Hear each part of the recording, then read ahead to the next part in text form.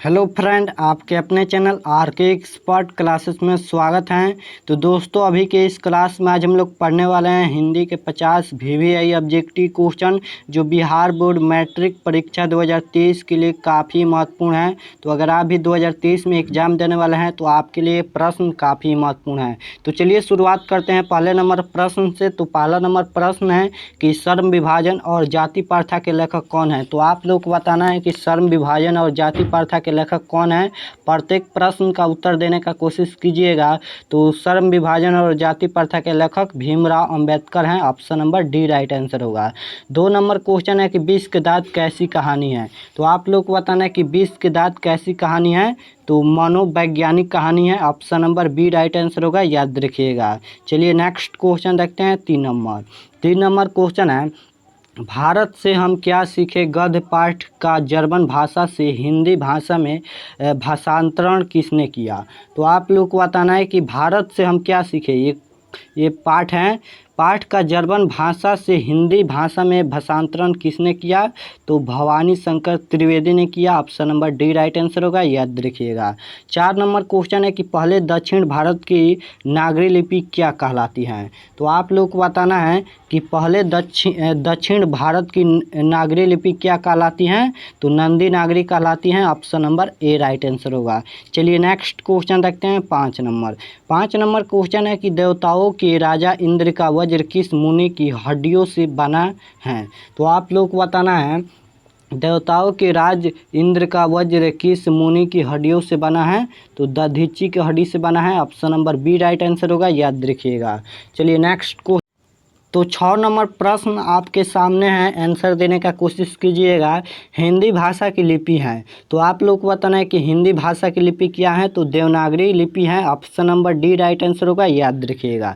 7 number question है, अमरकांत की कौन सी कहानी अखिल भारतीय कहानी प्रतियोगिता में पुरस्कृत हुई थी। तो इसका जो राइट आंसर हो जाएगा ऑप्शन नंबर सी हो जाएगा, डिप्टी कलेक्टरी इसका राइट आंसर हो जाएगा। चलिए नेक्स्ट क्वेश्चन देखते हैं 8 नंबर क्वेश्चन है, परंपरा का मूल्यांकन साहित्य की कौन सी विधा है। तो आप लोग को बताना है कि परंपरा का मूल्यांकन साहित्य की कौन सी विधा है। तो निबंध है, याद रखिएगा। Option number B right answer होगा। चलिए नेक्स्ट क्वेश्चन देखते हैं 9 नंबर क्वेश्चन है कि साहित्य के निर्माण में किसकी भूमिका निर्णायक होती है। तो आप लोग को बताना है कि साहित्य के निर्माण में किसकी भूमिका निर्णायक होती है। तो प्रतिभाशाली मनुष्य की होती है। Option number A right answer होगा, याद रखिएगा। चलिए नेक्स्ट क्वेश्चन देखते हैं 10 नंबर क्वेश्चन है कि कथक और कौन एक दूसरे के पर्यायवाची हैं। तो आप लोग को बताना है कि कथक और कौन एक दूसरे के पर्यायवाची हैं। तो इसका जो राइट आंसर हो जाएगा ऑप्शन नंबर बी हो जाएगा, बिरजू महाराज हैं। Option number B. 11 number question है कि अभिनव पाठ के लेखक कौन है। तो आप लोग को बताना है कि अभिनव पाठ के लेखक कौन है। तो अशोक वाजपेयी हैं। Option number C right answer होगा, याद रखिएगा। अभिनव पाठ के लेखक अशोक वाजपेयी हैं। चलिए नेक्स्ट क्वेश्चन देखते हैं 12 नंबर क्वेश्चन है, अभिनव किस नदी के किनारे बसा है। तो आप लोग को बताना है कि अभिनव किस नदी के किनारे बसा है। तो रोन नदी के किनारे बसा है। Option number C right answer होगा। चलिए नेक्स्ट क्वेश्चन देखते हैं 13 नंबर क्वेश्चन है कि मछली कहानी में किस वर्ग का चित्रण है। तो आप लोग को बताना है कि मछली कहानी में किस वर्ग का चित्रण है। तो निम्न मध्य वर्गीय परिवार का चित्रण है। Option number C right answer होगा। 14 नंबर क्वेश्चन है, शहनाई बनाने के लिए किस घास का प्रयोग किया जाता है। तो इसका जो राइट आंसर हो जाएगा ऑप्शन नंबर सी हो जाएगा, नरकट। 15 नंबर क्वेश्चन है, अभिनव क्या है। तो आप लोग को बताना है कि अभिनव क्या है। तो अभिनव एक प्राचीन शहर है। Option number C right answer होगा। चलिए नेक्स्ट क्वेश्चन देखते हैं 16 नंबर क्वेश्चन है कि गुरु नानक की रचनाओं के संग्रह का क्या नाम है। तो आप लोग को बताना है कि गुरु नानक की रचनाओं के संग्रह का क्या नाम है। तो वाहे गुरु हैं। Option number A right answer होगा, याद रखिएगा। नेक्स्ट क्वेश्चन है 17 नंबर, कौन सी कृति रसखान की नहीं है? तो आप लोग को बताना है कि कौन सी कृति इनमें से रसखान की नहीं है। तो प्रेम फुलवारी नहीं है, option number A right answer होगा, याद रखिएगा। 18 नंबर क्वेश्चन देखिए, 18 नंबर क्वेश्चन है घानानंद किस काल के कवि थे? तो आप लोग को बताना है कि घानानंद किस काल के कवि थे? तो रीति काल के कवि थे, option number C right answer होगा, याद रखिएगा। चलिए नेक्स्ट क्वेश्चन देखते हैं 19 नंबर। 19 नंबर क्वेश्चन है कि प्रेमघन जी अपना आदर्श किसे मानते हैं? तो आप लोग को बताना है कि प्रेमघन जी अपना आदर्श किसे मानते हैं? तो भारतेंदु हरिश्चंद्र को मानते हैं, option number B right answer होगा, याद रखिएगा। बहुत ही महत्वपूर्ण क्वेश्चन है। 20 नंबर क्वेश्चन देखिए, 20 नंबर क्वेश्चन है कि भारत माता कविता कवि के किस काव्य ग्रंथ से संकलित हैं? तो आप लोग को बताना है कि भारत माता कविता कवि के किस काव्य ग्रंथ से संकलित हैं? तो इसका जो राइट आंसर हो जाएगा ऑप्शन नंबर ए हो जाएगा, ग्राम्या। 21 नंबर क्वेश्चन देखिएगा, 21 नंबर क्वेश्चन है कि रामधारी सिंह दिनकर के अनुसार जनतंत्र के देवता कौन है? तो आप लोग को बताना है कि रामधारी सिंह दिनकर के अनुसार जनतंत्र का देवता कौन है? तो इसका जो राइट आंसर हो जाएगा ऑप्शन नंबर सी हो जाएगा, किसान मजदूर हैं जनतंत्र के देवता। 22 नंबर क्वेश्चन है जापान के हिरोशिमा नामक नगर पर अणु बम किसने गिराया था? तो आप लोग को बताना है कि जापान के हिरोशिमा नामक नगर पर अणु बम किसने गिराया था? तो अमेरिका गिराया था, option number D right answer होगा। चलिए नेक्स्ट क्वेश्चन देखते हैं 23 नंबर। 23 नंबर क्वेश्चन है कि कुंवर नारायण को निम्न में से कौन सा पुरस्कार प्राप्त है? तो आप लोग को बताना है कि कुंवर नारायण को निम्न में से कौन सा पुरस्कार प्राप्त है? तो इसका जो राइट आंसर हो जाएगा ऑप्शन नंबर बी हो जाएगा, लोहिया सम्मान पुरस्कार प्राप्त है। उसके बाद यहाँ पर 24 नंबर क्वेश्चन है कि बी आर नारायण ने किस कहानी का अनुवाद किया है? तो आप लोग को बताना है कि बी आर नारायण ने किस कहानी का अनुवाद किया है? तो दही वाली मगम्मा कहानी का अनुवाद किया है बी आर नारायण ने, तो option number D right answer होगा, याद रखिएगा। चलिए 25 नंबर क्वेश्चन देखिए, 25 नंबर क्वेश्चन है कि ढहते विश्वास कहानी में किस राज्य को बाढ़ और सूखा से प्रभावित दिखाया गया है? तो आप लोग को बताना है कि जो ढहते विश्वास कहानी है उसमें किस राज्य को बाढ़ और सूखा से प्रभावित दिखाया गया है? तो उड़ीसा है, option number A right answer होगा। चलिए नेक्स्ट क्वेश्चन रखते हैं 26 नंबर। 26 नंबर क्वेश्चन है कि ढहते विश्वास कहानी में कौन स्वयंसेवी दल के साथ बांध की मरम्मत में लगा था? तो इसका जो राइट आंसर हो जाएगा ऑप्शन नंबर बी होगा, गुणनिधि। उसके बाद यहाँ पर 27 नंबर क्वेश्चन है कि माँ कहानी किस लेखक द्वारा रचित हैं? तो आप लोग को बताना है कि माँ कहानी किस लेखक द्वारा रचित हैं, यानी इसमें से कौन लेखक रचा है माँ कहानी? तो इसका जो राइट आंसर हो जाएगा ऑप्शन नंबर सी हो जाएगा, ईश्वर पेटलीकर। 28 नंबर क्वेश्चन है कि मंगू किस कहानी की पात्र हैं? तो आप लोग को बताना है कि मंगू किस कहानी का पात्र हैं? तो इसका जो राइट आंसर हो जाएगा ऑप्शन नंबर सी हो जाएगा यहाँ पर माँ। उसके बाद नेक्स्ट क्वेश्चन है 29 नंबर। 29 नंबर क्वेश्चन है कि नगर किस भाषा की कहानी है? तो आप लोग को बताना है कि नगर किस भाषा की कहानी है? तो तमिल भाषा की कहानी है, option number C right answer होगा। चलिए नेक्स्ट क्वेश्चन रखते हैं 30 नंबर।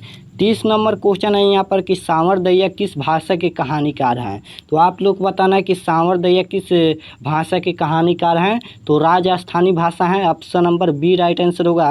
31 नंबर क्वेश्चन है कि सीता के कितने पुत्र थे? तो इसका जो राइट आंसर हो जाएगा ऑप्शन नंबर बी हो जाएगा, 3 पुत्र थे सीता के। उसके बाद नेक्स्ट क्वेश्चन है यहाँ पर कि हमारी नींद किसका प्रतीक है? तो आप लोग को बताना है कि हमारी नींद किसका प्रतीक है? तो वह गफलत का प्रतीक है, option number D right answer होगा। उसके बाद यहाँ पर 33 नंबर क्वेश्चन है कि लौटकर आऊँगा फिर कविता में किस फसल के खेत की चर्चा की गई है? तो आप लोग को बताना है कि लौटकर आऊँगा फिर कविता में किस फसल के खेत की चर्चा की गई है? तो इसका जो राइट आंसर हो जाएगा ऑप्शन नंबर ए हो जाएगा, धान की खेत की चर्चा की गई है, ऑप्शन नंबर ए। चलिए नेक्स्ट क्वेश्चन देखते हैं यहाँ पर 34 नंबर। 34 नंबर क्वेश्चन है कि वनलता सेन किसका काव्य संकलन है? तो आप लोग को बताना है कि वनलता सेन किसका काव्य संकलन है? तो इसका जो राइट आंसर हो जाएगा ऑप्शन नंबर सी हो जाएगा, जीवानंदन दास का है। 35 नंबर क्वेश्चन है कि मेरे बिना तुम प्रभु कविता में भगवान की कृपा दृष्टि कहाँ विश्राम करती थी? तो कवि के कपोलों पर, तो option number D right answer हो जाएगा, याद रखिएगा। चलिए नेक्स्ट क्वेश्चन देखते हैं 36 नंबर। 36 नंबर क्वेश्चन है कि अक्षर ज्ञान खालिश बेचैनी किसकी है? तो आप लोग को बताना है कि अक्षर ज्ञान खालिश बेचैनी किसकी है? तो इसका जो राइट आंसर हो जाएगा ऑप्शन नंबर ए हो जाएगा, खरगोश। 37 नंबर क्वेश्चन है कि मूल ध्वनि जिसके टुकड़े नहीं हो सकते हैं उसको क्या कहते हैं? व्याकरण का क्वेश्चन है कि मूल ध्वनि जिसके टुकड़े नहीं हो सकते हैं उसे हम क्या कहते हैं? तो उसे हम वर्ण कहते हैं। Option number B right answer हो जाएगा। यहाँ पर 38 नंबर क्वेश्चन है कि जेठानी का पुल्लिंग रूप क्या होगा? तो आप लोग को बताना है कि जेठानी का पुल्लिंग रूप क्या होगा? तो जेठ होगा। Option number B right answer हो जाएगा। चलिए नेक्स्ट क्वेश्चन देखते हैं 39 नंबर। 39 नंबर क्वेश्चन है कि वह जन्म से भिखारी हैं। इस वाक्य में से कौन कारक की कौन सी विभक्ति है? तो आप लोग को बताना है कि वह जन्म से पागल हैं। तो देखिए इनमें सबसे पहले से आ रहा है यहाँ पर, तो से किस में आता है? तो संबंध में आता है। तो ऑप्शन नंबर सी इसका राइट आंसर हो जाएगा। चलिए नेक्स्ट क्वेश्चन देखते हैं 40 नंबर। 40 नंबर क्वेश्चन है कि मुँह घर पहुँच गया, मैं पहुँच गया, किस प्रकार की क्रिया है? तो आप लोग को बताना है कि मुँह घर पहुँच गया, मैं घर पहुँच गया, किस प्रकार की क्रिया है? यहाँ पर क्रिया बताना है। तो इसका जो राइट आंसर हो जाएगा ऑप्शन नंबर डी हो जाएगा, संयुक्त क्रिया है। 41 नंबर क्वेश्चन है कि अव्यय के कितने भेद होते हैं? तो आप लोग को बताना है कि अव्यय के कितने भेद होते हैं? 4 भेद होते हैं। Option number C right answer हो जाएगा। चलिए 42 नंबर क्वेश्चन है कि मैं रोटी खाता हूँ, यह वाक्य किस वाक्य में है? तो आप लोग को बताना है कि मैं रोटी खाता हूँ, यह वाक्य किस वाक्य में है? तो इसका राइट आंसर हो जाएगा ऑप्शन नंबर ए कृतवाच्य में है। उसके बाद नेक्स्ट क्वेश्चन है 43 नंबर, अनादि में कौन सा समास है? तो आप लोग को बताना है कि अनादि में कौन सा समास है। समास का एक ऑलरेडी से वीडियो बना दिया है, जाकर डिस्क्रिप्शन में देख लेना। तो नग्न तत्पुरुष समास है। Option number D right answer हो जाएगा। चलिए 44 नंबर क्वेश्चन है कि भूतकाल के कितने भेद होते हैं? तो आप लोग को बताना है कि भूतकाल के कितने भेद होते हैं? तो 4 भेद होते हैं भूतकाल के, याद रखिएगा। 45 नंबर क्वेश्चन है, निम्न में कौन सा शब्द तद्भव है? तो आप लोग को बताना है कि निम्न में कौन सा शब्द तद्भव है? तो इसका right answer option number C हो जाएगा, पलंग शब्द तद्भव है। नेक्स्ट क्वेश्चन है 46 नंबर कि उद्गम के आधार पर शब्द के कितने भेद होते हैं? तो आप लोग को बताना है कि उद्गम के आधार पर शब्द के कितने भेद होते हैं?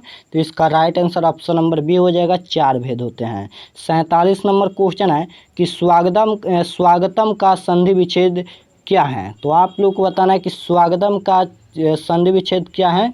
तो इसका right answer option number C हो जाएगा, सु प्लस आगतम आगत है। Option number C. 48 number question देखिएगा, टर्न बोल जाना मुहावरे का सही अर्थ है। तो इसका राइट आंसर क्या हो जाएगा? ऑप्शन नंबर सी हो जाएगा, मर जाना। उसके बाद नेक्स्ट क्वेश्चन है 49 नंबर, अलंकार के होते हैं। तो आप लोग को बताना है कि अलंकार के कितने भेद होते हैं? तो 2 भेद होते हैं। Option number D right answer हो जाएगा। 50 नंबर क्वेश्चन है कि दूध का पर्यायवाची शब्द है। तो आप लोग को बताना है कि दूध का पर्यायवाची शब्द क्या है? तो क्षीर है। Option number A right answer हो जाएगा। तो इस क्लास में 50 ही ऑब्जेक्टिव क्वेश्चन था। तो उम्मीद करता हूं कि आप लोग इसे अच्छे से पढ़े होंगे और आप लोग कमेंट में बताना कि 50 में से कितना प्रश्न आपका सही हुआ, कमेंट में ज़रूर बताना। और आप लोग किसी सब्जेक्ट में कमज़ोर हो तो यहाँ पर कमेंट ज़रूर करना कि हाँ यह सब्जेक्ट में कमज़ोर हूँ। तो आप लोग कमेंट ज़रूर करना, उसके लिए क्लास कराया जाएगा आप लोग। और आप लोग एक कमेंट और करना कि आप लोग का मैथ कैसा है, मैथ के लिए कमेंट करना। ओके, और चैनल पर नए हो तो चैनल को सब्सक्राइब कर लीजिए ताकि नेक्स्ट क्लास आपके पास ज़रूर पहुँचे, और वीडियो को लाइक ज़रूर करना। तो मिलता है नेक्स्ट क्लास में। आप सभी को ऑल द बेस्ट, अपना पढ़ाई कीजिए। धन्यवाद।